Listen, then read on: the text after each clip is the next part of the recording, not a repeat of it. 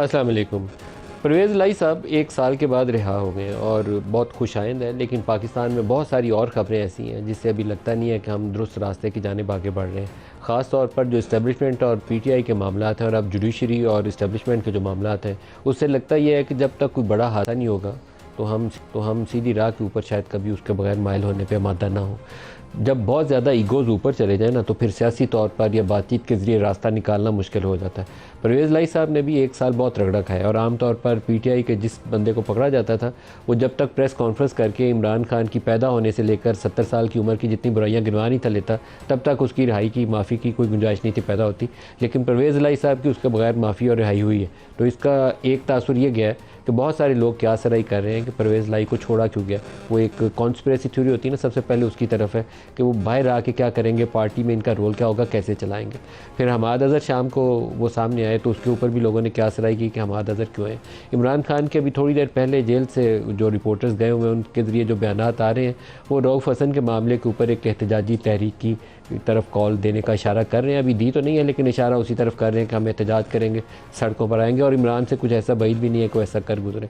और budget session के दौरान उनका ख्याल यह है कि दबाव बढ़ाने का मौका, इसको दबाव का हम मज़ीद बढ़ाएंगे। क्या पाकिस्तान इस वक्त मुतहम्मिल हो सकता है? ये मैं इमरान को प्रीच नहीं कर रहा कि उसको करना चाहिए नहीं चाहिए, मैं सारे लोगों के लिए जो इस्टेब्लिशमेंट में, जुडिशरी में, हुकूमत में बैठे हैं, शहबाज शरीफ हों या अपोजिशन में इमरान खान है, क्या पाकिस्तान में जो कुछ पिछले चंद सालों में हमने कर गुजरे हैं, क्या पाकिस्तान मुतहम्मिल हो सकता है कि हम इसी तरह की एजिटेशन, इसी तरह की बेयकीनी और इसी तरह का केओस जो है उसको जारी रखें?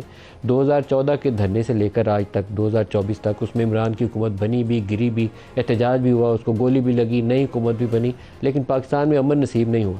लोग गरीब से गरीब हो रहे हैं, रुसवा हो रहे हैं, बेरोज़गार हो रहे हैं, बच्चे माँ बाप पढ़ाते पढ़ाते वो उनके पल्ले कुछ नहीं बचता, उसके बाद उनके बच्चों को नौकरियाँ नहीं मिलती और वो हाथ जोड़ के खड़े होते हैं या पाकिस्तान से फ़रार होने के तरीके ढूंढते हैं। ये पाकिस्तान है आज का। और पीटीआई के बहुत सारे लोग ऐसे हैं कि जिनको उम्र के इस हिस्से में है कि शायद उनके साथ ज़्यादा छेड़खानी नहीं करनी चाहिए। डॉक्टर यास्मीन राशिद, उनकी हेल्थ कंडीशन भी ऐसी है, उनकी कैंसर की सर्जरीज़ वगैरह हो चुकी हैं, वो अल्लाह का शुक्र है कि उसमें रिकवर कर चुकी हैं, लेकिन उनकी सेहत इस काबिल नहीं है कि उनको 1 साल से पाबंद सलासल रखा जाए। कल से उनके ऊपर जो उनकी हेल्थ कंडीशन है, ब्लड प्रेशर उनका ऊपर है, इस वक्त हॉस्पिटलाइज है, उल्टियाँ जा रही हैं, उनको कोई डायरिया हुआ है या क्या, आई डोंट नो, क्या कोई फूड पॉइजनिंग है, लेकिन साथ उनका ब्लड प्रेशर भी शूट किया गया। तो क्या ये दुरुस्त अमल है कि डॉक्टर यास्मीन राशिद को एक रगड़ा लंबा लगाया हुआ है 1 साल से, हमने तो मज़ीद उसको अंदर रखे? ज़मानत करके भी मुकदमा चलाया जा सकता है। मैं ये नहीं कहता कि उसको आप आंखें बंद करके सारों को माफ़ कर दें, लेकिन कोई सबूत होगा, एविडेंस होगी तो किसी अदालत से सज़ा हो जाएगी। पाकिस्तान से फ़रार तो नहीं बंदे हो जाएंगे या कहीं गायब भी नहीं हो जाएंगे। तो हमें बेहतर रास्ते अपनाने चाहिए जिससे तलखी में, तनाव में कमी आए। मुझे लगता नहीं है कि हम वो हरकतें करने पे तैयार हैं जो महज़ब दुनिया को अपनानी चाहिए। हम हर चीज़ में वो सड़क के ऊपर खड़े एक शख्स को ब्लेड मार के, वो रऊफ़ हसन को, उससे चाहते हैं कि मामला सीधा हो जाएगा। जिसने भी मारा, आई होप कि उसका वो असल कल्प्रेट पकड़े जाए। या यास्मीन राशिद को अगर 1 साल से अंदर डाला हुआ है तो उससे इंसाफ हो गया, उससे भी इंसाफ नहीं होना। जिन्होंने 9 मई किया था वो भी बेवकूफ़ी का अमल था, पाकिस्तान दुश्मनी का अमल था, दुरुस्त अमल नहीं था। अगर वो सियासी सोच के हामिल होते तो कभी वो 9 मई को वो लोग ये काम ना करते जो 9 मई को हुआ। नहीं होना चाहिए था।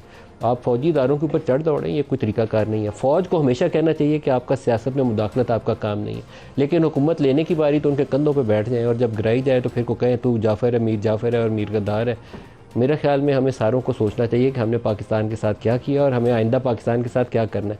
इस मुल्क को आगे बढ़ाने के लिए सारों को इस बात के ऊपर गौर करना पड़ेगा। जो आज प्रोग्राम में हमारे साथ शुरका है, सेनेटर ऑन अब्बास भप्पी साहब हैं और सेनेटर मुसद्दिक मलिक साहब हैं, दोनों को खुशामदीद कहता हूँ। लेकिन इनकी गुफ्तगू की तरफ जाने से पहले हमने कुछ स्टेटमेंट्स जो सेनेट के फ्लोर के ऊपर आजकल जजेस से मोहब्बत हो रही है, बहुत रोज़ाना की मिकदार में हो रही है, तो आज कुछ उसमें से हमने हिस्से निकालने आपको दिखाना चाहता हूँ। दिखाइएगा। तौहीन अदालत का कानून ये मुहज्जब दुनिया में खत्म हो चुका है और यहाँ पर चुन चुन कर नोटिस कर दिया जाता है। उतनी जल्दी किसी म्यूनिसिपल कमेटी के क्लर्क को नहीं निकाला जाता जिस तरह हमारे वजीर आजम को ताहियात नाहिल कर दिया जाता है। अगर आप सिसिलियन माफिया, गॉडफादर, प्रॉक्सी और अगर इस तरह के अल्फाज कहेंगे, कौन बर्दाश्त करेगा? बस करें प्लीज, इस काम को रोके इधर ही। यहाँ जो तौहीन का खेल खेला जा रहा है, ऐसा लगता है कि हजारों लाखों वोट लेके मुंतखब होने वाला एमएनए, उनके अलावा बाकी सबकी इज्जत है। किसी भी दायरे में बैठे हुए मौजूद अफराद को, उनको भी हक नहीं होना चाहिए कि आप हमारी इज्जतें उछालें। अगर आपकी जानिब से जनाब सिलेक्टिव जस्टिस होगा और डिसीजन होंगे तो फिर लोग आप पे सवाल उठाएंगे। आईने पाकिस्तान किसी अदालत को ये इख्तियार नहीं देता कि वो गुस्से में जो उसके दिल में आए वो कह दे। वो कहे कि अगर ये काम अभी इस तरह ना हुआ तो मैं वजीर आजम को यहाँ पे बिठा दूंगा। ये क्या तरीका है अदालत करने का? आप करें, आप अपने फैसलों के जरिए जो हुक्म जारी करना चाहते हैं वो जरूर करें। और जो बहुत सारी गलत हरकतें आज हो रही हैं, ये नहीं है कि आज पहली दफ़ा हमने ये हरकतें की हैं। हम पिछले कई पता नहीं दहाइयों से यही हरकतें कर रहे हैं। पाकिस्तान बिला वजह ना 2 लख्त हुआ, ना बिला वजह हमारे यहाँ इतनी गुर्बत आई। हम बहुत बेहतर इकॉनमी थे इस खित्ते में, ना बिला वजह हमारा मईशत की तबाह हाली हुई। हमने अपनी हरकतों से ये सारा कुछ तबाह किया। दूसरा एक स्टेटमेंट जो मैं आपको तलाल चौधरी का सुनाना चाहूँगा, आपको उसी से बताएगी हमारी जुडिशरी भी कैसे एक्ट करती थी। दिखाइएगा। पनामा का केस जब शुरू हुआ तो साकिब निसार साहब ने मुझे ये मैसेज भिजवाया कि अगर तुम नवाज शरीफ और मरियम नवाज के खिलाफ बयान दोगे जो स्टेज पर बैठे हुए हैं तो पार्लियामेंट में जाओगे, नहीं तो तुम जेल जाओगे। और इस बात को मैं पहले भी कह चुका हूं, किसी किस्म की तहकीक जब मर्जी इसकी कर ली जाए। अदालत का वकार मेरे जैसे और अरकान पार्लियामेंट को तौहीन अदालत का नोटिस देने से बुलंद होगा? नहीं। वो जजेस जो आज हाई कोर्ट में या सुप्रीम कोर्ट में बैठे हैं, उनको भी अल्लाह को जवाब देना है। तो अगर भुट्टो को फांसी चढ़ा के आज कहें 50 साल बाद हमसे गलती हो गई थी, तो वो भी दुरुस्त नहीं है अमल। थोड़ा सा खौफ खुदा वो भी करें। इसी तरीके से इस्टेब्लिशमेंट अपने रोल के अंदर आए और पार्लियामान वो काम करे जिसके लिए ये दावेदार हैं कि हम लोगों के मुंतखब नुमाइंदे। क्योंकि बहुत सारे लोग फिर उसके ऊपर सवाल उठाते हैं कि आप मुंतखब हैं तो फिर वो काम क्यों नहीं करते जिसके लिए आपको भेजा गया। डॉक्टर मुसद्दिक मलिक साहब, पहले आपसे शुरू करते हैं। ये अफरा तफरी कभी ख़त्म होगी पाकिस्तान में या ऐसे ही चलेगी? मुश्किल लग रहा है जी मुझे तो। जो सियासी तनाव जो शिद्दत इख्तियार कर गया है, इदारों के माबैन जो तकरीबन झड़पें चल रही हैं, अदालत के अंदर चलें हमारे साथ अगर उनने कहा कि वज़ीर आज़म को बुला लो या किसी वज़ीर को बुला लो तो बुलाएंगे तो चले जाएंगे, उसमें क्या है। अदालत जाने से कोई हमारी इज़्ज़त में कमी तो नहीं आती। लेकिन जो अदालत के अंदर जज एक दूसरे को कह रहे हैं उस पर भी तो थोड़ा सा गौर करें ना। जो पिछले एक 8 साल पहले जो मुकदमा चला सुप्रीम कोर्ट के अंदर जिसमें उन्होंने कहा कि जजेस ये क्या इंपीरियल कोर्ट है, एक ने कहा कि जुब्बा पहने हुए सियासतदान नहीं दिखने चाहिए जज। ये कोई सियासतदानों ने तो नहीं कहा, जैसे का तहरीरी फैसले के अंदर ये अल्फाज। जी। तो मेरा मतलब है या सियासी एक्टर नहीं नज़र आने चाहिए। ये इससे आपको अंदाज़ा हो जाना चाहिए कि तमाम इदारे पामाल हो चुके हैं। हमारी हम आपस में दोस्त हैं, आपस में हमारी गुफ्तगू जो है वो ज़रा हम अगर आपके इस प्रोग्राम से बाहर निकलें, किसी थिएट्रिकल जगह पे हों जिधर सामने लोग वो खड़े हों, तो हमारी ज़बान बदल जाएगी, हमारे रवैये बदल जाएंगे। हम किसी सैनिटी के साथ किसी मसले के हल के लिए इकट्ठे बैठ के काम करने से बाज़ मरतबा कासिर हो जाते हैं, बाज़ मरतबा हो भी जाता है। लेकिन तो भाई नहीं सर, अपने लिए गड़ा खोद रहे हैं। मुझे लगता है कि हमारी या तो अक्ल घास लेने चली गई है या हमने आंखें बंद कर ली हैं। कोई नज़र नहीं आ रहा कि घास लेने गई और वापस नहीं आई। जो असल गिला है वो ये है कि घास लेने गई वापस आ गई तो फिर कुछ इस्तेमाल में आ जाती। लेकिन मुझे लगता है कि ये जो तनाव है, जो ज़बान है, जो वज़ादारी का फुकदान है, ये बिल्कुल हमारे सिस्टम को पामाल कर रहा है। यानी हर मुआशरे के अंदर एक न्यूट्रल आर्बिटर होता है, यानी जिसके ऊपर सबको एतमाद होता है। लोग कहते हैं यार सब खाना ख़राब हो जाएगा ना तो अदालत ठीक कर देगी, या जैसे पहले कहते थे इस्टेब्लिशमेंट ठीक कर देगी, या कहते थे कि यार पार्लियामान के अंदर डिबेट हो जाएगी, या कहते थे कि यार कुछ जर्नलिस्ट उठ के एक ऐसी कहानी लिख देगा। अब आप जर्नलिस्ट का नाम लें तो कोई लिफाफे की आवाज़ लगा देता है, आप पॉलिटिशियंस का नाम लें तो तकरीबन गाली निकाल देता है। आप अदलिया की बात करें तो वो आपस के ही उनके झगड़े नहीं ख़त्म होते, फिर हमसे झगड़े नहीं ख़त्म होते। तो किसी को किसी इदारे पे किसी आर्बिटर के ऊपर एतमाद नहीं रह गया। तो बाज़ दफ़ा इंसान सोचता है कि यार ये क्यों है, ये क्या इतनी पॉपुलिज्म ऐसी आ गई हमारे मुल्क में कि हम एक दूसरे से बात पॉपुलिज्म नहीं है, एनार्की है। नहीं, एक तरह से जी पोलराइजेशन जो तनाव है वो एनार्किक प्रोपोर्शंस में आ गया है। वरना ये पॉपुलिज्म की इसकी रूट कॉज ये है कि हम एक थिएटर क्रिएट करते हैं। यानी आपका प्रोग्राम हो या असेंबली हो या कोई प्रेस कॉन्फ्रेंस हो, अगर मैं बप्पी साहब के ऊपर हमला आवर नहीं होता और ये कोई मेरे ऊपर जवाबी कार्रवाई नहीं करते तो शायद वो हमें ऐसे लगता है जैसे कोई थिएटर नाम कोई ड्रामा और कोई मसाला होगा तो बिकेगा, वैसे नहीं बिकेगा जी। तो हालांकि ऐसा दुनिया में ऐसा मुझे नहीं मालूम किसी मुल्क को कौम को ऐसे नहीं खिलाया जा सकता। मुझे मैं जब पढ़ने के लिए अमेरिका गया तो मैं बताऊं, पहला इलेक्शन था, तो हम यहाँ से गए थे कॉलेजों स्कूलों से, तो इधर इलेक्शन होते थे तो कोई कहता था कि हम गर्दनें काट देंगे, हम सरिये निकाल देंगे सरों से, इस तरह की बातें हो रही होती।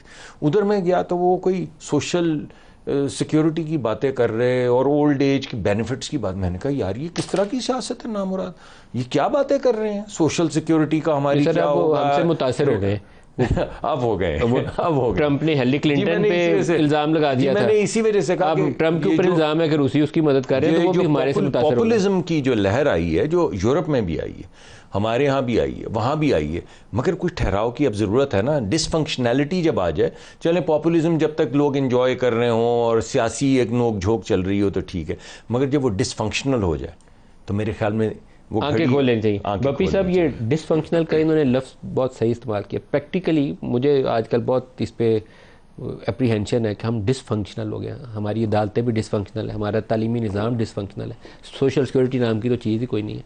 तो ये 25 करोड़ का मुल्क है, हमने इसको छोड़ा हुआ है कि ज़िंदा रह सकते हो तो रह लो, नहीं रह सकते तो साढ़े उठे ना रहना, साढ़े उठे ना रहना। तो दिस इज़ नॉट ऑन, ये इस तरह हम नहीं चला सकते इस मुल्क को। बिल्कुल राइटली सेड आपने भी और मलिक साहब ने कहा, बिल्कुल राइटली सेड। बट इसमें हर बंदे ने चिप इन किया, हर पॉलिटिकल पार्टी ने चिप इन किया, हर इदारे ने चिप इन किया, जिसका जहां पे दांव चला है ना उसने रगड़ के रख दिया, माफ़ी किसी ने दी। और आपसे एग्री करता हूँ कि एट द एंड हमें आवाम की किसी को भी शायद इस सिस्टम में जो लोग डिसीजन मेकर्स है किसी को परवाह नहीं है। आज के इस दौर में, आज की बात करते बहुत पीछे नहीं जाते, मैं मलिक साहब को पॉलिटिकल ब्लेम गेम में नहीं जाना चाहता। आज के इस दौर में जो प्रायोरिटीज इस वक्त गवर्नमेंट की होनी चाहिए वो प्रायोरिटीज इनकी भी नहीं है। शायद किसी टाइम पे हमसे भी कोई गलतियां हुई होंगी, सबने अपना हिस्सा डाला, but having said that move forward किसने करना है? अगर हम दोनों आज ये रियलाइज कर रहे हैं आपके शो में बैठ के कि हमसे मिस्टेक्स हुए, are we ready to move on? No, we are not ready to move on. कल रऊफ हसन का वाक़या हुआ, सारी गवर्नमेंट खामोश है। आज मैंने सेनेट में पूछा तारड़ साहब से, मैं कहा सर कोई FIR जो आपने दर्ज की है उसमें आपने लिख दिया है कि उनका प्रायर कोई इशू चल रहा था ख्वाजा सराओं से, does it make any sense? He was, उनका कोई जवाब नहीं था उनके पास, Mohsin Naqvi was not available. ये जो इस वक्त जजेस के साथ हो रहा है, मैं कल हम पूरे पाकिस्तान से सारे सेनेटर, 100 के करीब सेनेटर एक सेनेट का सेशन अटेंड करने के लिए, शायद कोई बिजनेस होगा कुछ होगा, मलिक साहब नहीं आ सके किसी वजह से, हम आए वहाँ पे तो अचानक उन्होंने कहा जी बिजनेस तो कोई नहीं है, क्वेश्चन आवर शुरू करते हैं। And the first speech that was given space was Faisal Vawda sahab, and the narrative जो फैसल वाडा साहब ने बिल्ड किया वाज द जुडिशरी।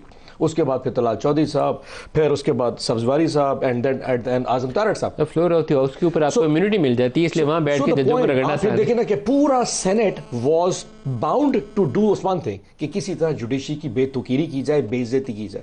अब मलिक साहब यकीनन बहुत शाइस्ता आदमी है, he can't do it, but जब आज तारड़ साहब ने एंड पे कहा कि जजेस को अपने कयूद में रहना चाहिए, नेमिंग जस्टिस मोहसिन कियानी के हवाले से, तो बाबर सत्तार के ऊपर ऐसी ऐसी स्पीच है, जस्टिस अतर मन्नल्ला के हवाले से स्पीच है, यानी कि पूरी अदलिया ऐसे ले रही, आज सेनेट में सिमट आई है, हम सबको इम्यूनिटी है, उनके साथ कुछ भी कर गुजरे। सो जब ताकत आती है तो ताकत का नशा भी आता है। आज वो ताकत का नशा इनके पास है, इससे पहले हमारे पास भी होगा, कहीं ना कहीं हमसे भी गलती हुई, लेकिन आज ब्लेम गेम में ये कहीं ना कहीं थोड़े से मुर्द इल्जाम होंगे सर। लेकिन हम कहीं भी रात दुरुस्त करने की कोशिश नहीं करते। तो मैं कहता हूं, are they ready to move? Qazi Faez Isa के ऊपर रेफरेंस आप लोगों ने फाइल किया, आजकल ये काजी फायद ईसा को बल्ले बल्ले करते हैं और बाकी मोहसिन अख्तर कियानी इनको पसंद नहीं। मोहसिन अख्तर कियानी हो सकता है आपके दौर में कुछ और कर रहे होंगे, ये कोई ना, हर दौर में कुछ ना कुछ ऐसा चला है, लेकिन वो अफसोस का मुकाम यह है कि आज भी हम सबक नहीं सीखते कि ये राह सीधी करनी है, यहाँ पे ये रेड लाइन है, इसको क्रॉस नहीं करना। सीखी बैठे हैं with the hard way, you know, learn the hard way. मैं ये कहना मुश्किल है कि आप हार्ड वे से तो आप गुजरे हैं, लेकिन सबक सीखने वाली बात मुश्किल है। एक दफा हुकूमत की है और उसके बाद हमारे साथ ये हो गया,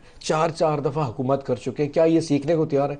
मतलब वेरी फ्रैंकली आज के दौर में सीखा नहीं है, नहीं सीखा ना, मतलब इस वक्त भी मजा आ रहा है ना, क्योंकि ताकत का एक नशा ही ऐसा होता है, उसकी हवा ही पता नहीं मजा आ रहा है या फंस के बैठे हुए हैं, ये सब बाद में पूछेंगे। जब ये डिसलॉज होंगे और पता नहीं उसके बाद हम तो नहीं आने लगे, कोई और आएगा, जो भी आएगा उस वक्त फिर हमारे साथ होंगे, फिर हम आपस में मिल रहे हैं, तो तीसरा कोई प्लेयर आ जाएगा। ये जो है नंबर गेम आपकी और मेरी जो बारी चल रही है ना, जिसकी बारी होती है वो एंजॉय कर रहा था, बाकी तो यार ये सिस्टम बड़ा ठीक नहीं चल रहा।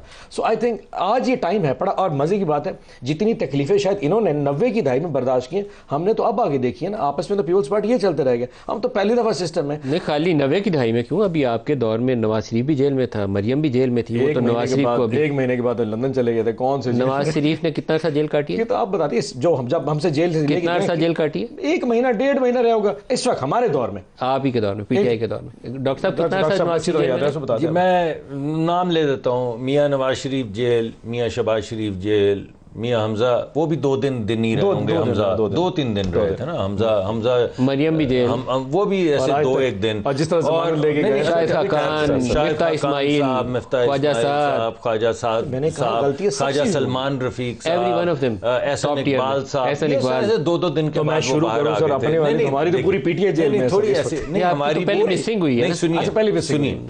सर हमारी सारी पार्टी की टॉप लीडरशिप जेल में थी, सारी, नियरली विदाउट एन एक्सेप्शन। कुछ लोगों पे हेरोइन डाल दी गई जिसकी सज़ा मौत है, कुछ लोगों को 27 साल कैद दे दी गई इलेक्शन से 7 दिन पहले। तो मैं, आप जो बात कर रहे हैं ना, उसको ज़रा हम कॉन्टेक्स्ट में लाएं तो ये चला जाता है वापस जस्टिस मुनीर से शुरू हो जाएं। ये कोई, इसमें कोई भी, आप जैसे कह रहे हैं बिल्कुल बजा कह रहे हैं, कौन है जिसके हाथ साफ हैं यहाँ पे? आप मुझे बताएं, भुट्टो साहब की वो जो फांसी थी वो ठीक थी, मौलवी तमीज़ुद्दीन केस ठीक था, यानी क्या चीज़ है जो वो एक क्या शेर है कि कौन इस घर की देखभाल करे, रोज़ एक चीज़ टूट जाती है। तो ये तो एक अजीब किस्म का मामला है। और आज भी मेरी कोशिश है कि मैं आपको 2-4 चीज़ें याद करवा दूँ। आप कह रहे हैं कि अगर हमसे हुई मगर आपसे तो हुई है, ऐसा नहीं है। ये जो एक थोड़ी सियासत के अलावा जो किसी तरीके से 2-3-4 मरतबा मियाँ नवाज शरीफ साहब ने अंदिया दिया है कि चलें हम अपनी सिर्फ बात कर लेते हैं, मगर किसी वक्त ट्रूथ एंड रिकन्सिलिएशन का कोई तरीक़ाकार तो तय करना है, कभी तो आगे बढ़ना है। किसी दिन तो बैठेंगे ना, किसी दिन तो अपने बच्चे बच्चियों के लिए कुछ वज़ादारी की फ़िज़ा जो है वो पैदा करेंगे तो आगे जाएंगे ना। तो मैं मान लेता हूँ कि हमारा बोझ ज़्यादा है आपसे, मगर बोझ तो हर तरफ बटा हुआ है, तो किसी वक्त बैठ जाएं। अब मेरा ख्याल है कि अगर आप यानी ब्लफ कॉल करने के लिए भी बैठ जाएं तो कोई डायलॉग शुरू तो होगा ना। आप बैठेंगे, कोई फ्री फ्लो ऑफ आइडियाज़ होगी, कोई थोड़ी सी एतमाद की बहाली होगी तो बात आगे बढ़ेगी ना। अगर आप बोलें नहीं हमने नहीं बैठना, अगर और हमारी ये, हम कैसे ऐसे लोगों के साथ बैठें, तो फिर नहीं बैठेंगे।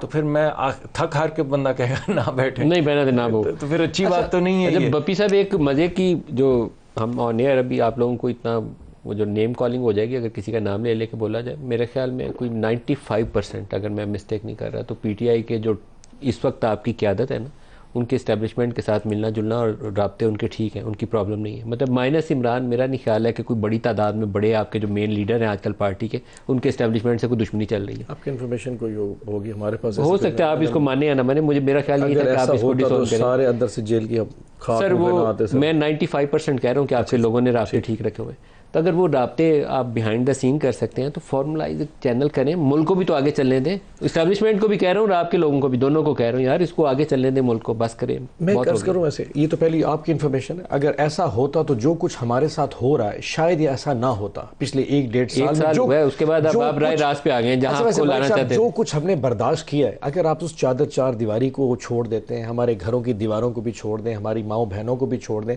इतना हम कॉम्प्रोमाइज थे एस्टेब्लिशमेंट के साथ, तब भी हमारी दीवारें क्रॉस करके आए, हमें उन्हें बालों से खींच के बाहर फेंका। डॉक्टर यास्मीन अगर इतनी को 95% में कॉम्प्रोमाइज है कैंसर होने के जेल वाले जो है वो मैं उनको 95%। सो आप इस वक्त जेल में जितने हैं मतलब वो कॉम्प्रोमाइज है, जेल से बाहर ये थोड़ा आपकी क़यादत की बड़ा हिस्सा 95% हार्श ओपिनियन हो जाएगी, बट हैविंग सेड दैट मैं अपने इस नंबर को काफी हद तक ऑन कर, मेरा पॉइंट समझने की कोशिश कीजिए सर। कोई भी इस मुज़ाकरात से बाहर निकलने को तैयार, हम भी मूव ऑन करना चाहते। असल इशू वही है जो मलिक साहब कह रहे हैं कि इस वक्त इनको मजा आ रहा है, दे कांट डू इट, क्योंकि इनके पीछे जो लोग खड़े हैं वो ऑटोमेटिकली अपनी फोर्स अगर उन्हें सपोर्ट विड्रॉ करी तो ये नीचे गिर जाएंगे। और अगर ये फंस के बैठे हुए, तो ये अब ये फंसे बैठे हैं, कल को कोई और फंसेगा। इशू ये कि हम सारे फंसे होते हैं। अब जो फंसा होता है वो कहता है मैं निकला तो ये घुस जाएगा। वो जो प्रेसिडेंट डायलेमा का कॉन्सेप्ट है वो बिल्कुल ट्रूली फिट हो रहा है सबके ऊपर कि हम ये निकलेंगे हम फंस जाएंगे। हैविंग सेड दैट, जो कुछ हमारे साथ हुआ है अगर उसके ऊपर किताबें लिखनी शुरू, तो आप गिनेस बुक ऑफ रिकॉर्ड में पीटीआई के ऊपर एक पूरी किताब लिखी जा सकती है। और यकीन करें एक एक कहानी ऐसी है कि आप भी, मतलब आप सख्त जान आदमी हैं, आपकी आंखों में भी आंसू आ जाएंगे। So let's not go into the detail seriously sir. हमारे साथ जो हुआ है उसकी इनसे मैच नहीं है। इन पे करप्शन के केसेस थे, हम पे 9 मई का बार जो पूरा डाला है ना, एक सेकंड सर, ठीक, मैं तो 9 मई का जो पूरा वजन हम पे डाला है ना, यकीन करें हमारी सांस आनी बंद हो गई थी। ये ऐसी चीज आपने तो चाहते साथ ही 9 मई चला दिया जी, बड़े जालिम लोग 9 मई से पहले भी तो हमारे साथ जुल्म हो रहा था। उस वक्त तो 9 मई नहीं हुआ था। इमरान खान को गोली 9 मई से पहले तो लगी थी ना सर, बाद में तो नहीं लगी थी ना। इमरान खान के साथ जो उस वक्त केसेस 200 बने थे वो पहले पहुंच चुके थे। ये सारी चीजें मौजूद हैं। आप फिर भी हमें कहते हैं कि हम मुर्द इल्जाम ठहरे। सर बहुत बर्दाश्त कर चुके हैं और हम अभी भी बर्दाश्त कर रहे हैं। आप हमारी जबान से वो गुफ्तगू नहीं सुने। ये तो हुकूमत में बैठे ना, आज जजेस का नाम लेने के मैंने एक अर्ज करता हूं, जिन लोगों ने आपकी प्रेस कॉन्फ्रेंस की और जो लोग मिसिंग हुए, वो एक अफसोसनाक वाकया हमारी सियासी तारीख का नहीं होना चाहिए था। ना मैं ये कह रहा हूँ कि उनको किसी ने डंडे नहीं मारे, ना मैं ये कह रहा हूँ कि उनके ऊपर सख्तियाँ नहीं हुई, ना मैं ये कह रहा हूँ कि उनकी चादर और चारदीवारी जो है वो पामाल नहीं हुई। सारा कुछ हुआ। मैं आपको कह रहा हूँ कि अब जहाँ पर पहुँच गए हैं यहाँ से आगे चलें। और आपकी मैं दोबारा दोहरा रहा हूँ कि टॉप टियर जो भी पार्टी चला रही है, majority of them are in contact with establishment. आप इसको फॉर्मली पाकिस्तान को आगे चलने दें, मेहरबानी करें आप। अच्छा सर, हम कहाँ रोक के खड़े हैं? मैं सवाल ये पूछना चाहता हूँ कि हमारी वजह से अगर पाकिस्तान रुका हुआ तो वो कौन सी जगह है? हम ऐसा कौन सा, हमारी लीडरशिप जेल में, हमारी टॉप टियर लीडरशिप इस वक्त जेल में, हमें बिल्कुल वो पॉलिटिकल जो आज़ादी है इजहार से। अब रऊफ हसन के साथ जो हुआ है, क्या मतलब कुछ कर रहा था, जो कुछ के साथ हो चुका है, तो हमसे ऐसी कौन सी गलती हो रही है जिसकी वजह से मुल्क नहीं आगे बढ़ रहा? आज हाथ इन्होंने बढ़ाना, ये हुकूमत में मां करो हाथ बढ़ाते हैं, आप कहते हैं बात ही नहीं करेंगे, चोर डाकू है। सीरियसली उस हाथ में हमें भी डर लग रहा है ना, जो हाथ है ना उनके पीछे किसी और का हाथ है। ये आपकी पार्टी की जो पॉलिसी है, स्टेटेड पॉलिसी है कि हम नून लीग, पीपल्स पार्टी और एमकेएम इन तीन से बातचीत नहीं करेंगे। ये डिसीजन मेकर्स फिर ये एक्सक्यूजेस ढूंढे ना, फिर आप एक्सक्यूजेस ढूंढ रहे। आप इंतजार कर रहे हैं, आपको जीएस को एक लव लेटर लिखे, आपको दावत दिया ये हमारे साथ बैठिए, और वो खत नहीं आ रहा, ना आएगा, मेरी तो नहीं है। अच्छा, अगर किसी ने किसी से बात करनी हो ना तो उसके लिए सॉफ्ट मैसेजिंग की जाती है। मैसेजिंग क्या है? टेरियन का केस खोल देते हैं। मैसेजिंग क्या है? रऊफ हसन के ऊपर ख्वाजा सराज चढ़ा देते हैं। मैसेजिंग, ये जो सिग्नल्स है ना, ये भी कोई ठीक नहीं आ रहे ना। हम तो कोई सिग्नल नहीं दे रहे, हम कुछ भी नहीं कर रहे। एक 8 फरवरी के इलेक्शन के बाद से लेकर आज तक हमने किया क्या है? सिवाय सेनेट में नेशनल असेंबली तकरीर करने के अलावा क्या किया? हम तो प्रोटेस्ट करने लगते हैं, 10-10 गाड़ी हमारे घर के बाहर खड़ी कर देते हैं। एक ब्रेक की बारी है जी, ब्रेक ले रहे हैं। डॉक्टर साहब से वापसी में जवाब देते हैं हमारे साथ।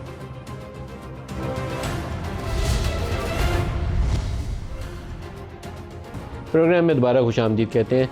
पाकिस्तान के हालात के ऊपर अगर बात करें तो आजकल पाकिस्तान की जो इकोनॉमिक सिचुएशन है वो सबसे बड़ी वल्नरेबिलिटी है। आईएमएफ की एक टीम आई हुई है और हमने बजट में क्या करना है और क्या नहीं करना, सबसे पहले आईएमएफ से इजाज़त लेनी पड़ती है। आईएमएफ से जब भी आप प्रोग्राम करें तो आप मैक्रो टारगेट्स उनसे डिस्कस करते हैं, लेकिन आजकल सूरत हाल यह है कि उन्होंने पहले कहा कि स्टेट बैंक की ऑटोनॉमी करें आप, क्योंकि पॉलिसी रेट के ऊपर, एक्सचेंज रेट के ऊपर आप इंटरफेरेंस करते हैं, स्टेट बैंक ऑटोनॉमस होना चाहिए। हो गया जी, नया हमने लॉ पास कर दिया। अब स्टेट बैंक हमारी नहीं मानता लेकिन आईएमएफ वालों की मानता है। वो पॉलिसी रेट हमारा लास्ट मिड रिव्यू के अंदर मॉनेटरी पॉलिसी के 22 से नीचे आना चाहिए था, क्योंकि कोर इन्फ्लेशन आपकी नीचे आ गई हुई है। आईएमएफ ने हमें आखिरी ट्रांस जारी करनी थी, उनका नहीं अभी 22 पे ही रखो। इसी तरीके से एक्सचेंज रेट हमने जितना होना चाहिए, क्योंकि हमारा करंट अकाउंट डेफिसिट ना होने के बराबर है, शायद $200-250 मिलियन है टोटल, क्योंकि इंपोर्ट्स को अच्छे से कंटेन किया जा रहा है और ये दुरुस्त पॉलिसी है। तो वो कहते हैं एक्सचेंज रेट को और फ्लेक्सिबल रखें। हम इंटरबैंक से बाय कर रहे हैं डॉलर फॉर लास्ट 10 मंथ्स और सो, 4-5 अरब डॉलर हमने मार्केट से उठाया है, बेचा नहीं है, उठाया हुआ है। वो कहते हैं अभी भी इसको फ्लेक्सिबल रखो। तो ये वो दो चीज़ें हैं जो हमारे लिए रेसिपी ऑफ डिज़ास्टर बनी हुई है। ना हमारी इन्फ्लेशन नीचे आ रही है, ना हमारी इकॉनमी चल रही है। पूरा सिस्टम हमने ना, वो ग्राइंडिंग हार्ट होता है, यहाँ दबा के नीचे ज़मीन पर अटक गया, ना आगे हो रहा है ना पीछे हो रहा है, और इसको चलाने के लिए हमें कुछ करने की ज़रूरत है, कुछ जुस्तजू करनी पड़ेगी। नहीं, वो कहते हैं नहीं करना, अगला प्रोग्राम लेना है तो जो कह रहे हैं यही काम करो। तो इस तरीके से अगर चलाना है पाकिस्तान को तो फिर ठीक है, अल्लाह हाफिज़ है। 10-20 अरब डॉलर अगले 5-7 सालों में और चढ़ा लेंगे, बाहर निकलने का रास्ता हमें नहीं मिलेगा। डॉक्टर साहब दोबारा आपकी तरफ आ रहा हूँ। आपका तो इकॉनमी भी फील्ड है, बहुत तकलीफ दह सूरत हाल है। मैं कई दफ़ा तो फ्रस्ट्रेट हो जाता हूँ कि 25-30 सालों में जितना हमने इसकी तबाही होते देखी है, बहुत बेहतरी की तरफ जा सकता था ये मुल्क, लेकिन नहीं जा सका। मैं सिर्फ वो बपी साहब ने क्योंकि बड़ी वलवला अंगेज़ गुफ्तगू की, तो मैं सिर्फ ये कहूँगा कि आप हमें नहीं समझते बाख्तियार, तो जो हैं उनसे बात कर लें।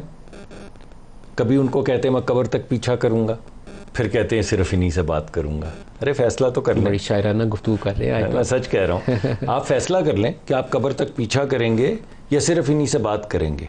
हमसे नहीं करना चाहते तो मत करें, चलें, तुम रूठे हम छूटे, लेकिन ये कोई मुनासिब तरीका नहीं है सियासत को आगे बढ़ाने का। चलिए वापस आते हैं। देखिए मेरा मलिक साहब थोड़ा सा नुक्ता नज़र मुख्तलिफ है। मुझे पता है ये पॉपुलर नहीं है और शायद मुझे काफ़ी इसके बाद डांट वांट भी मुख्तलिफ जगहों से ट्विटर पर पढ़नी शुरू हो जाएगी। मुझे अब ये 2-3 राउंड हो गए हैं जो IMF के साथ नेगोशिएशंस होती हैं उसमें गुफ्तगू करते, मुझे तो कोई बात ऐसी नज़र नहीं आई जो हमें ख़ुद से नहीं करनी चाहिए, एक भी नहीं। बेहतरीन तरीका है कि मैं इस वक्त बैठ के कह दूँ कि IMF ने तो हमारे हाथ जोड़े हुए हैं और जकड़े हुए हैं और ये हो गया और वो हो गया। क्या हो गया? यानी वो काम जो हमें खुद करना चाहिए जो हम नहीं करते। जब हम डेट लेते हैं तो फिर हम फोर्स्ड हो जाते हैं वो काम करने पे जो हमें बगैर डेट के भी करना चाहिए। तो मुझे तो बाज़ मरतबा ऐसे लगता है, यानी 2 या कितनी कोई 12-14 बिल्डिंग्स होंगी ये सेक्रेटेरिएट के अंदर, उसमें A ब्लॉक एक ब्लॉक है, ज़्यादा होंगे, मुझे Q ब्लॉक तक जाते हैं हम, आपको मालूम है। एक ब्लॉक है, उस एक ब्लॉक में 6 फ्लोर्स हैं, उसमें सिर्फ 2 फ्लोर और 3 फ्लोर, एक वाटर का और एक पेट्रोलियम का। 5,300 अरब का सर्कुलर डेट, 5,300 अरब का सर्कुलर डेट। 1 अरब के अंदर तकरीबन $4.25 बिलियन होते हैं। इसका मतलब है 18-19 बिलियन डॉलर का खप्पा हमने। 5,300 is just for power sector और दोनों का, पेट्रोलियम मैंने पेट्रोलियम दोनों को मिला 5,300 और उसके अंदर वो लेट सरचार्जेस होते हैं वो वगैरह डाल के, यानी 17-18 बिलियन डॉलर हमने झोंक दिए। तो ये हमें किसी को आके बताना चाहिए कि यार इसको रोकना चाहिए या इसको रोक देना चाहिए। यानी कितना आप मुझे बताएं कि ये जब 18 बिलियन है, जब ये 90 बिलियन हो जाएगा तो हम एक दिन बोलेंगे कि नहीं इसको ठीक करना ज़रूरी है। तो मेरा ख्याल है, ये तो मैंने आपको सिर्फ अपने महकमे की एक महकमे की बात की है, मेरा ये ज़ाती ख्याल है कि 90% चीज़ें जो हम प्रोग्राम में लिखते हैं, एक आध चीज़ को पर मैं आपसे मुत्तफिक भी हो जाऊं। गैस टैरिफ आपने इंक्रीज़ करनी है? जी, गैस टैरिफ नहीं, हमने जो गैस टैरिफ इंक्रीज़ पहले किए थे वो किस लिए किए थे? सर्कुलर डेट को रोकने के लिए। अभी और भी करने हैं ना? मुझे अभी नहीं पता है। अभी हमारे पास जो नई आई है, जो रेवेन्यू रिक्वायरमेंट आई है, वो कोई इतनी ज़्यादा नहीं आई। मेरा ख्याल था कि रेवेन्यू रिक्वायरमेंट शायद बहुत बढ़ जाएगी, अभी वो ऐसे नहीं आई। उसमें भी बहुत चीज़ें फिक्स होने वाली। Please don't read me wrong, मैं नहीं कह रहा कि बेहतरीन हालात है या उसके अंदर कोई गैप्स नहीं है, लेकिन ये हमें फिक्स करने, ये हमारी जिम्मेदारी। यानी अगर मुझे अगर कहा गया कि आप ये इसको ठीक करने की कोशिश करें, तो मुझे जितनी मेरी समझ बूझ है उसके मुताबिक तो दिल जान लड़ा देना चाहिए ना इसको ठीक करने के लिए। इस वजह से मैं ज़रा थोड़ा ये जो IMF वाला है मुकदमा, उससे किसी हद तक आप समझ लें कि हमारे स्टेट बैंक को खुद देखना चाहिए इंटरेस्ट रेट क्या होना चाहिए। मेरा ख्याल है कि इंटरेस्ट रेट नीचे आएंगे, मेरा ये ज़ाती ख्याल है कि नीचे आएंगे। मुझे एहतियात करनी चाहिए क्योंकि इससे ऐसे लगता है बाज़ वक्त कि अंदिया तो नहीं दे रहे कि आएंगे, बिल्कुल मैं ऐसे नहीं कह रहा हूँ, मेरे पास ज़ीरो इन्फॉर्मेशन है, लेकिन मेरा ख्याल है इन्फ्लेशन हमारी जब नीचे आ रही है तो इंटरेस्ट रेट भी हमारे नीचे आने चाहिए। इंटरेस्ट रेट बढ़ाने का सिर्फ वाहिद वजह ये थी कि इकॉनमी को थोड़ा सा कूल ऑफ किया जाए। अगरचे हमारे लिए कूल ऑफ करना बहुत मुश्किल काम होता है, अनएम्प्लॉयमेंट आ जाती है, लोगों को रोज़गार नहीं मिलता, हमें ग्रोथ की तरफ जाना ही जाना है। लेकिन जब हम बिल्कुल अनस्टेबल होना शुरू हो जाते हैं, उलटना शुरू कर देते हैं, तो फिर इंटरेस्ट रेट्स के ज़रिए हम कूल ऑफ करते हैं थोड़ा सा इकॉनमी को। उसका भी बोझ हमारे पर, हमारी हर चीज़ मॉर्बिड है कि हमने खुद इतना सरकार ने इंटरेस्ट लिया होता है कि इंटरेस्ट रेट बढ़ाने से बाकी तो इकॉनमी क्या कूल ऑफ होगी, हमें हमारा ही जनाजा निकल जाता है। बपी साहब, मेरे ख्याल है इस इशू पे इकॉनमी वाले बाकी सियासी लड़ाइयाँ चलती भी रहें तो ये वो बिगर पिक्चर में इकॉनमी और एक लोगों की हालत, ये 2 इश्यूज ऐसे हैं जिसके ऊपर एटलीस्ट हर सूरत में जितनी भी लड़ाई हो रही हो ना हुकूमत की अपोजिशन की, इस पे बातचीत होती रहनी चाहिए।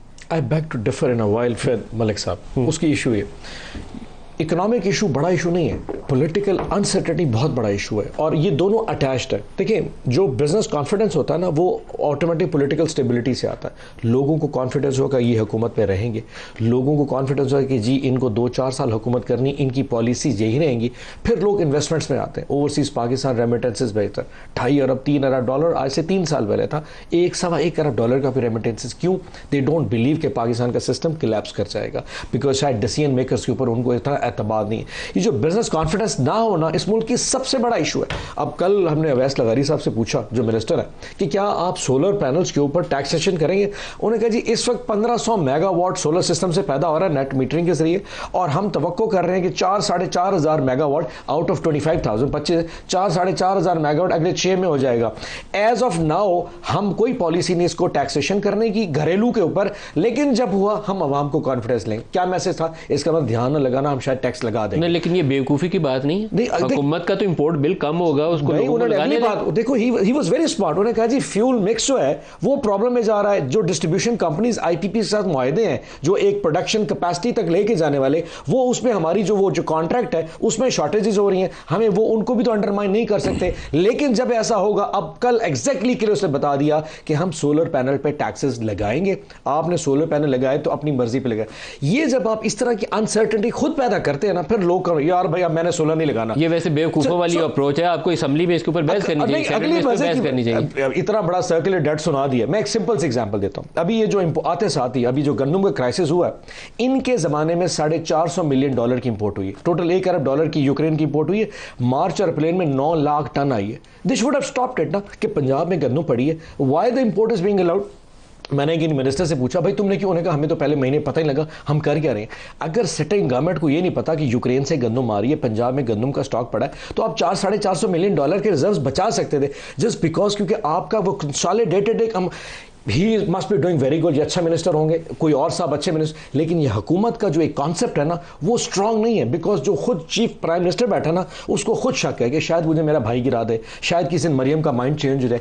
ये जो सर बात आप हर बात पे हंसी आ जाती है सर, मैंने कभी वर्दी पे हंसी किया sir. So the point remains जो uncertainty within the government है, ये ज्यादा डिस्टर्बिंग है। जब तक ये खुद कॉन्फिडेंस में नहीं होंगे ना कि हमने 5 साल हुकूमत कर रही है, हमारे जो सपोर्टर्स हैं वो हमें 5 साल तक हमारे पीछे ऐसे ही कंधा लेके खड़े रहेंगे, ये खुद अनसर्टेनिटी शिकार लोग उस वक्त तक कॉन्फिडेंस नहीं है। ब्रेक ले लें, ब्रेक से वापसी भी इसका जवाब डॉक्टर साहब से लेते हैं, हमारे साथ रहिएगा।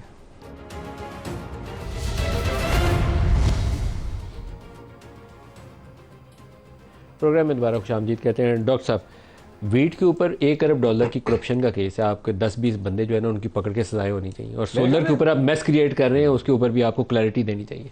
दे देते हैं क्लैरिटी। अब आपने आज का प्रोग्राम में आप मुश्किल सवालात सारे पूछ रहे हैं, तो मैं बताता जाता हूँ जो मुझे समझ आ रही।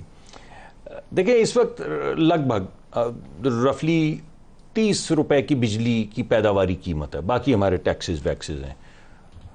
₹30 के अंदर से को 15-16 रुपए जो हैं, ₹1-2 का फ़र्क होगा, वो कैपेसिटी पेमेंट है, और 10 से 11 रुपए है तकरीबन जो बिजली की पैदावारी कीमत है, और ₹3 के करीब है जो डिस्ट्रीब्यूशन की कुल मिला के जो कीमत बनती है।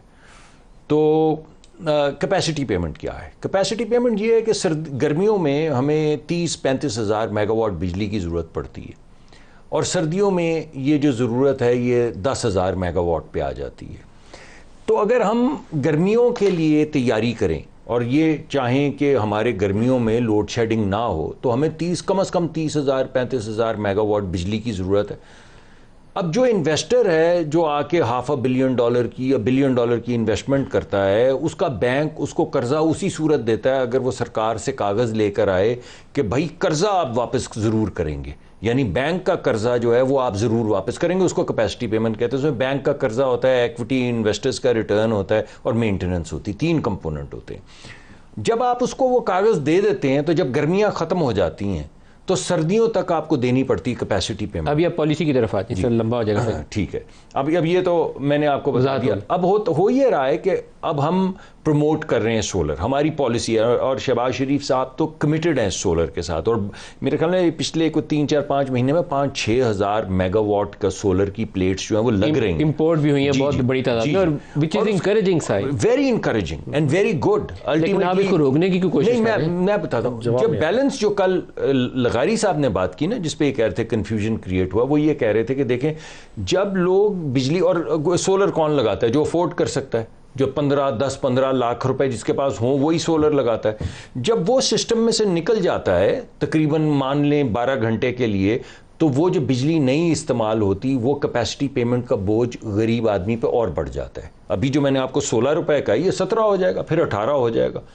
इस वजह से जाना तो हमें सोलर की तरफ ही है, मगर रास्ते में जो हम इस वक्त यूनिट टू यूनिट की तकरार लेकर चल रहे हैं, उन्होंने उसका रेफरेंस दिया जो मैंने उनकी बात सुनी। मैं उस मीटिंग में शरीक नहीं था, लेकिन जो उन्होंने बात की उससे मुझे ये लगा कि सोलर लोग लगाते चले जाएं, सोलर के ऊपर लोगों को पैसे भी मिलें जो वो वापस बिजली बेचते हैं। लेकिन जो यूनिट टू यूनिट वाली बात हो रही है, इसको देखना पड़ेगा कि क्या इसके बाद हमारा सिस्टम चल पाएगा। पप्पी साहब आप इस पे सेनेट और कौमी असम्बली इस्तेमाल करें, ये इनके इरादे अच्छे नहीं मलिक लगते। साहब ने भी बता दिया, मलिक साहब ने बताया कि सर आप टैक्सेशन लगाने जा रहे हैं सोलर पे। नहीं, मैंने पहले आपकी पूरी स्टेटमेंट सर ऐसी अभी मुझे पता है, मैंने कौन सा जान के आपको लोगों के घरों में ट्यूबवेल लगी है साहब, बात तो सुन ले यार। मैं तो आपको खुद मसाला दे रहा हूँ, आप मेरे से ही मसाला लेके मुझे कहते हैं देखो कितना मसालेदार है। एंड पे आ गए, अगर कोई बराह रास्त बयान देना तो मेरा ख्याल है कोई इस पे ऐसा फैसला नहीं हुआ। मैंने आपको इसी वजह से मैंने आपको सर्कमस्टांस बताया है ताकि आपके पास एक इन्फॉर्म्ड ओपिनियन आप बना सकें। मैंने आपको ये नहीं कहा कि टैक्स लग रहा है, क्योंकि ऐसी कोई चीज अभी सामने नहीं आई है। आएगी तो मैं आपके बप्पी साहब आप इस पे फ्लोर इस्तेमाल करें हाउस का और उसके ऊपर बहस भी करें और इनसे तफसील मुझे भी बुलाएं, फिर मैं आपको आके जवाब दूंगा। रुकावट बननी चाहिए। बात आपको नजर आएगी। एक रिक्वेस्ट आपके टॉक शो में करता हूं, मलिक साहब मेहरबानी करें, पंजाब गवर्नमेंट कहें, केपी गवर्नमेंट हमारी गंदम इस वक्त 3900 रुपए में 3 लाख टन उन्होंने मंगवाई है, जो कि सारी इन्होंने डेरा इस्माइल खान ब्लॉक कर दी स्मगलिंग के नाम के ऊपर। उस वजह से हमारा पंजाब में 300 रुपए मन का रेट का इन्फ्लेशन आई थी। लेकिन मरियम बीबी ने सिर्फ इस वजह से कि केपी में पीटीआई गवर्नमेंट उसका बेनिफिट है, उन्होंने इस वक्त डेरा इस्माइल खान में ट्रक सारे रोक लिए, एक नोटिफिकेशन की गंदम की स्मगलिंग। अब वो प्राइस फिर नीचे जा रही है। वो कहते हैं ना खेडांगे ना खेडा, मेहरबानी करके वो नोटिफिकेशन वापस लें। हमारी गंदम अगर 3 लाख टन वह महंगी बिक रही है, जिसकी वजह से पंजाब में किसान को कुछ बेहतर रेट मिल रहा है, for God sake sir please politics से हटके आप उसको रिक्वेस्ट करें, आप जितनी दिल करें आप जो पासिंग आउट परेडें कर लें, किसान को माफ नहीं। ये आपने जो बात की इसके बाद तो कुछ आपका सर प्लीज अच्छी भली बात करते करते जो आपने आखिर में जाते छिक्का लगाने की कोशिश की, उसको डिलीट करके आपने नोटिफिकेशन गंदम वाला बड़ा खाना, लोगों की गंदम का खाना खराब करवा दिया। ये जो आपने आखिर में जाते जाते उतना आपसे रहा नहीं जाता। यानी पॉलिसी पे गुफ्तगू हो रही है, मेरे भाई से जाते जाते रहा नहीं गया। उस किसान को सोचे तो 2000 रुपए गंदम बेच रहा है यार। एक मिनट, किसान वाली बात तो हो गई। ये जो आखिर में जाते जाते ये पीटीआई का जो नोटिफिकेशन रिवर्स कर प्रेजुडिस जो है वो इंट्रोड्यूस जरूर करना। मैं तो बड़ा मुझे खुशी से देखने प्रोग्राम का टाइम खत्म हो गया, लेकिन इस इशू पे आई थिंक पंजाब और केपी के नुमाइंदे बैठ के डिस्कस कर लें तो हल निकल आएगा। बिल्कुल होना चाहिए। डॉक्टर मुसद्दक मलिक साहब और बप्पी साहब दोनों का बहुत शुक्रिया। आज के लिए इतना ही, इजाजत दीजिए। अल्लाह हाफ़िज़।